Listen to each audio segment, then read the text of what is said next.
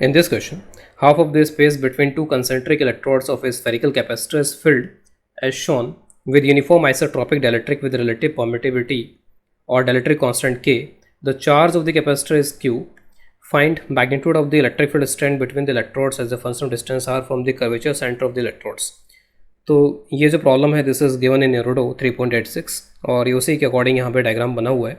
और जनरली एरोडो में जो रिलेटिव परमिटिविटी है उसको एप्सिलॉन से रिप्रेजेंट कर देते हैं, इसको एप्सिलॉन आर या फिर के से रिप्रेजेंट करना चाहिए।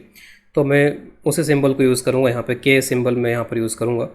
और इस वीडियो को देखने से पहले जो प्रॉब्लम 3.84 है एरोडो का, उसको ज़रूर आप इससे पहले देख लो, क्योंकि उसमें मैंने इनसे रिलेटेड थोड़ी थ्योरीज़ को डील किया है। तो मैंने 3.84 उसके बाद में 3.85 का सोल्यूशन भी दिया है and now it is turn off 3.86।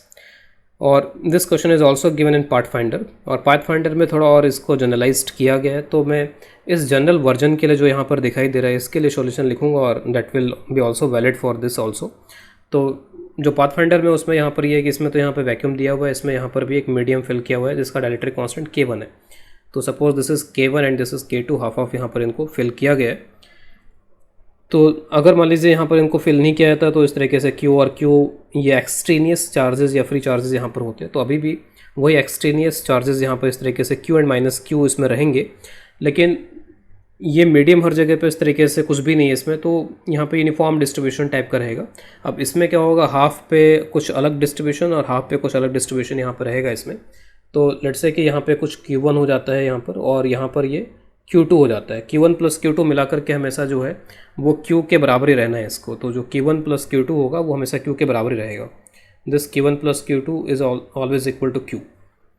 और ये चीज़ हमने ऑलरेडी देख रखी है कि इन डायलेक्ट्रिक के केसेस में ज़्यादा आसान हमारे पास में ऑप्शन ये रहता है कि हम इसका यूज़ करें D dot D A this is equal to Q free, क्योंकि इसमें सिर्फ फ्री चार्जेस आते हैं, इसमें बाउंड चार्जेस नहीं आते हैं। अदरवाइज़ हमें बाउंड चार्जेस का भी हिसाब किताब रखना पड़ेगा अगर हम इसका यूज़ करते हैं। तो इन सभी चीज़ों को मैंने डिटेल में इन वीडियोज़ में बता रखा है 3.84 के वीडियोज़ में। तो E डॉट डी ए यहाँ पे Q divide by epsilon not आता है, इसमें Q हर तरीके का शामिल होता है। इसमें Q इसमें बाउंड भी होगा, फ्री भी होगा, हर तरीके के चार्जेस आपको इसके अंदर रखने होंगे to get the desired result. तो यहाँ पर हम D को कैलकुलेट कर लेते हैं और D का जो रिलेशन होता है वो कुछ इस तरीके का रिलेशन रहता है। D is equal to epsilon naught K into electric field के साथ में D का कुछ ऐसा रिलेशन रहता है। इसका हम यूज़ करके इलेक्ट्रिक फील्ड पता कर लेते हैं। अगर आप ध्यान से देखो तो ये एक कंडक्टर है अंदर और ये बाहर भी एक कंडक्टर है, और ये पूरा कंडक्टर चाहे अब इसका सराउंडिंग कैसा भी हो, ये पूरा जो कंडक्टर है एक ही पोटेंशियल होता है। तो इस पूरे कंडक्टर का एक ही पोटेंशियल होगा हर जगह के ऊपर। इस पूरे कंडक्टर का भी पोटेंशियल हर जगह पे बराबर रहेगा। तो इसका मतलब है कि इसका और इसका पोटेंशियल डिफरेंस, चाहे आप यहाँ पे इन दोनों पॉइंट्स का पोटेंशियल डिफरेंस निकालो, चाहे इन दोनों पॉइंट्स का पोटेंशियल डिफरेंस निकालो, या इन दोनों पॉइंट्स का पोटेंशियल डिफरेंस निकालो, आप कोई भी दो पॉइंट ले लो, पोटेंशियल डिफरेंस सेम ही आएगा यहाँ पे।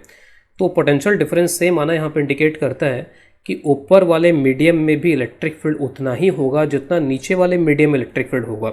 ऐसा नहीं होगा कि ऊपर वाले मीडियम में इलेक्ट्रिक फील्ड कुछ अलग हो जाएगा और नीचे वाले मीडियम में इलेक्ट्रिक फील्ड कुछ अलग हो जाएगा। तो electric field will be same in both the mediums. This is a very big breakthrough कि इलेक्ट्रिक फील्ड दोनों में सेम होना चाहिए। और कैसे पता चला, क्योंकि वही उसी तरीके का गैप यहाँ पर भी है, उसी तरीके का गैप यहाँ पर भी है, क्योंकि इलेक्ट्रिक फील्ड में वो 1/r² का पैटर्न आना ही आना है यहाँ पर। तो इलेक्ट्रिक फील्ड में उसी तरीके का पैटर्न आएगा। इंटीग्रेशन आपको उन्हीं दो लिमिट्स के बीच में करना होगा।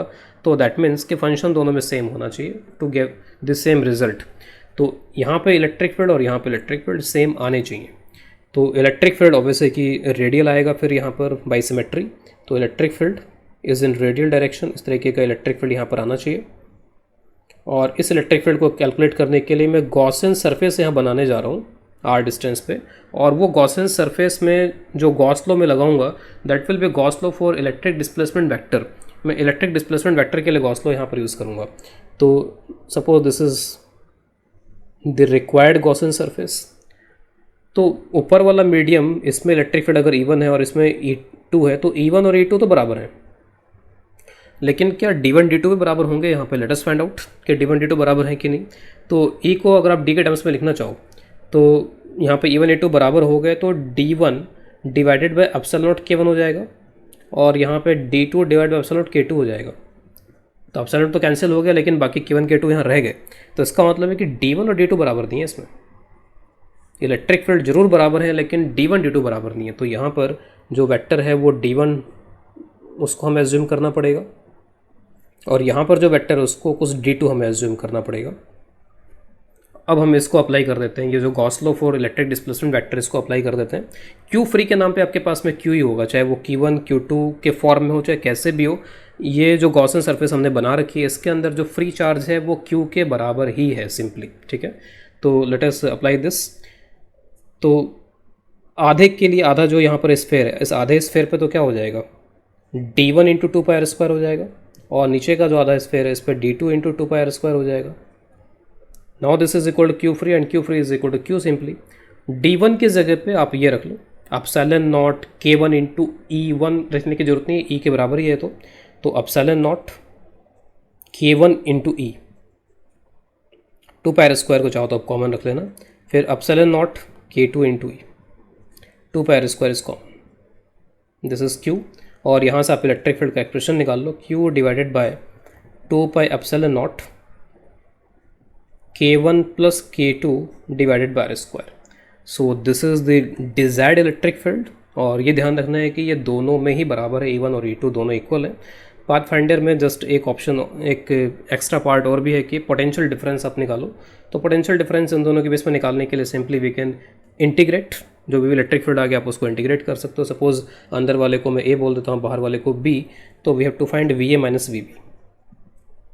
तो VA minus VB this is final and this is initial. तो नेगेटिव का साइन यहाँ पर जैसे यूजुअली आता है वैसे मैंने लिख दिया है, फाइनल इनिशियल। तो B to A E dot DR, और माइनस को अगर आप हटा लो तो ये थोड़ा सिंपलिस्टिक हो जाता है और A से B की तरफ इलेक्ट्रिक फील्ड भी है तो A और DR को सेम डायरेक्शन में बोलना सही भी रहेगा हमारे लिए। तो this will be A to B, minus हट चुका है यहाँ से, और इलेक्ट्रिक फील्ड की जगह पे आप ये पूरा एक्सप्रेशन रख दोगे, ADR हो जाएगा। फिर ये जो भी कांस्टेंट्स उनको आप बाहर निकाल लो, तो बाकी सभी तो कांस्टेंट हैं ही इसमें। तो Q/2π k1 प्लस k2, तो 1/r² बचेगा, उसका इंटीग्रेशन -1/r हो जाएगा। और मैं इसमें रेडियस एज्यूम कर लेता हूँ, let's say this inner radius is A and outer radius is suppose B। तो from A to B we have to integrate. B का टर्म नेगेटिव के साथ आएगा, A का टर्म पॉजिटिव के साथ में आएगा यहाँ पर। तो ये बाकी सब कुछ रहेगा, मैं इसको एज इट इज छोड़ देता हूँ और ये बन जाएगा आपका 1/A minus 1/B। So this is the answer for the potential difference between the two. अगर हमें इरोडो के इस क्वेश्चन के लिए आंसर करना है तो सिंपली बस जो k1 है उस k1 के जगह पे 1 रखना होगा और k2 की जगह पे k, तो ये रिप्लेसमेंट करने के बाद में इसके लिए भी आंसर हो जाएगा।